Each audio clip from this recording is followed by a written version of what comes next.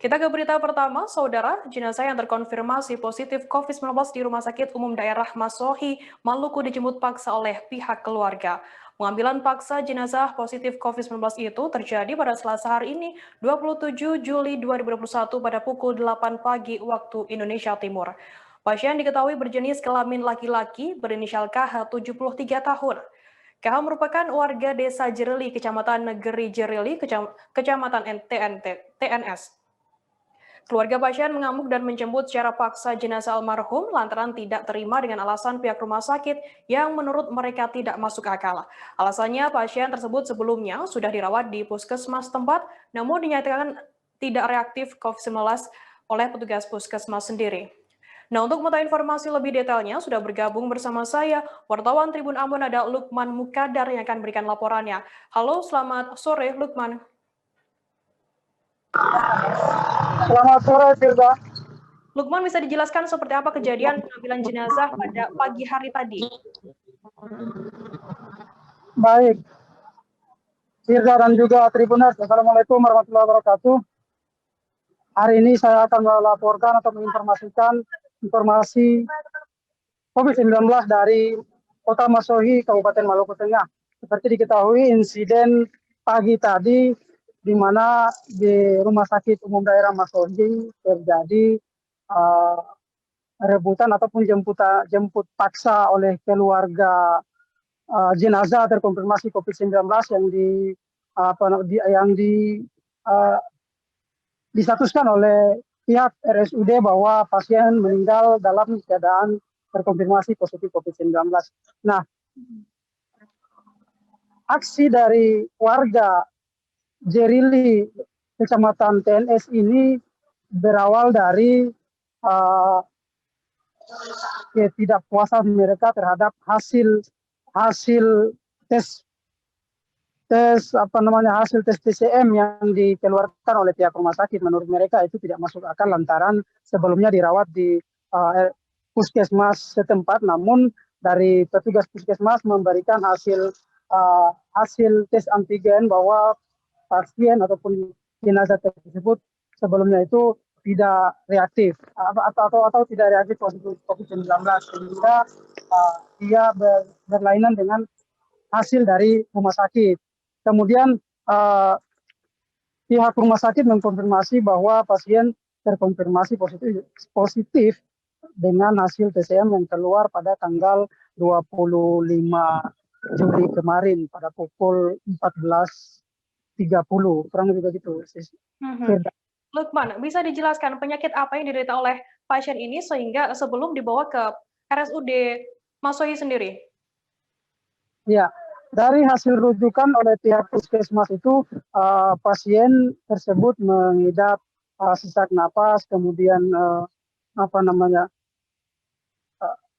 sempat lemah juga sehingga harus dirujuk ke rumah sakit. Sampainya di rumah sakit, pasien diperiksa kemudian dinyatakan kondisi sangat buruk sehingga harus dilakukan ataupun ditangani dengan dirawat inap begitu. Sebelum dirawat inap, pasien terlebih dulu dilakukan tes antigen kembali oleh pihak rumah sakit, dan katanya hasil tes antigen itu reaktif COVID-19 sehingga dilanjutkan TCM begitu, karena pasien sudah dilihat sudah cukup parah sehingga dilakukan tes TCM. Dan dari hasil itu dinyatakan bahwa pasien positif COVID-19. Beberapa jam kemudian pasien menghembuskan napas terakhir di ruang sulit RSUD Masohi. Kemudian sempat adu pendapat antara pihak keluarga dengan tim gugus tugas bersama dengan pihak RSUD. Pihak RSUD dan gugus tugas telah menjelaskan kepada pihak keluarga bahwasanya pasien tersebut meninggal karena terpapar COVID-19 sehingga proses pemakamannya harus dilakukan dengan menggunakan protokol kesehatan. Namun pihak keluarga tidak menolak hal itu. Hanya saja pihak keluarga memberikan syarat bahwa kalau dimakamkan dengan menggunakan protokol kesehatan, asalkan dimakamkan di tempat pemakaman umum di kampung halamannya begitu. Namun hal itu tidak disetujui oleh tim gugus tugas dengan alasan sudah ada lokasi yang disiapkan untuk tim khusus COVID-19 bagi pasien terkonfirmasi. Begitu, Firda. Lantas, apa tanggapan dari pihak rumah sakit sendiri terkait aksi protes penjemputan paksa jenazah KH ini?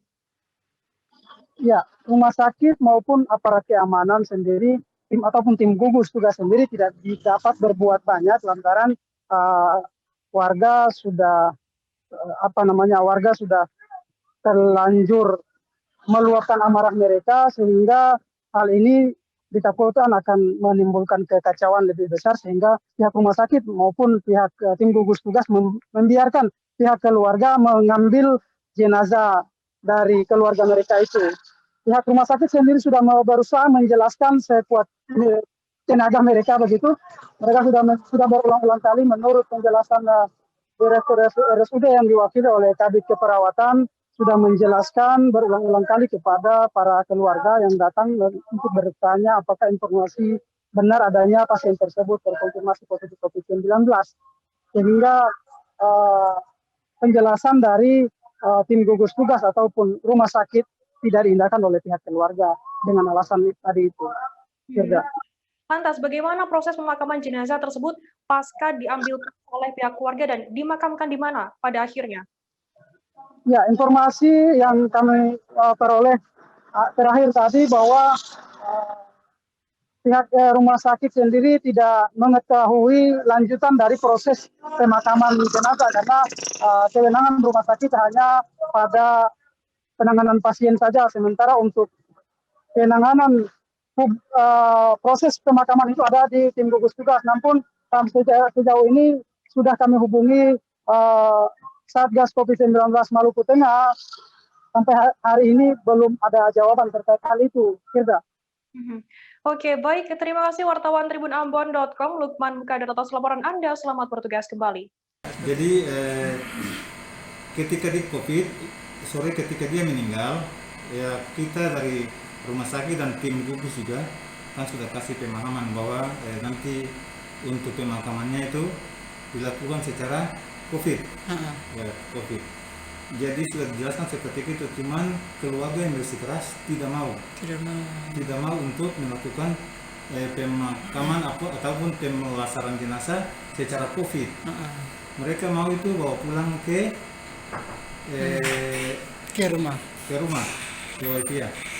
Jadi tapi juga sudah siapkan. peti jenazahnya semuanya, pemulasarannya semua katong siapkan.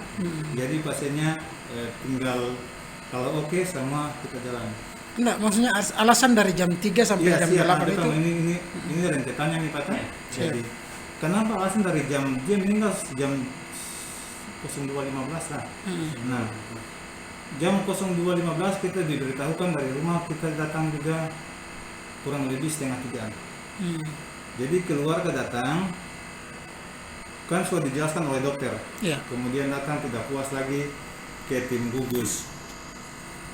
Tidak puas lagi langsung datang ke saya. Kita berikan penjelasan bahwa prosedurnya kita ikut prosedur COVID kan, bahwa ya pemulasarannya kita lakukan sesuai prosedur COVID, pemakamannya juga sudah disediakan oleh gugus kabupaten. Nah, permasalahan lama dan tidaknya ketika kita sudah bicarakan itu, kita sudah saya sama Pak Kasat Pol PP, nama saya sudah lupa itu. Pak Boni siap ya. Nah itu kita berdua itu yang tetap kawal pasien ini. Nah dari situ kita kan sudah minta untuk baju pasiennya, apa? Ini kan orang Kristen. Kalau Muslim ya Bapak kan. Tribuners, informasi tadi sekaligus menutup perjumpaan kita dalam live update hari ini. Masih di tengah pandemi, kami terus mengingatkan Anda untuk selalu menerapkan protokol kesehatan dimanapun Anda berada. Saya Firdananda beserta kru yang bertugas pamit undur diri. Terima kasih dan sampai jumpa. Jangan lupa like, subscribe, dan share ya.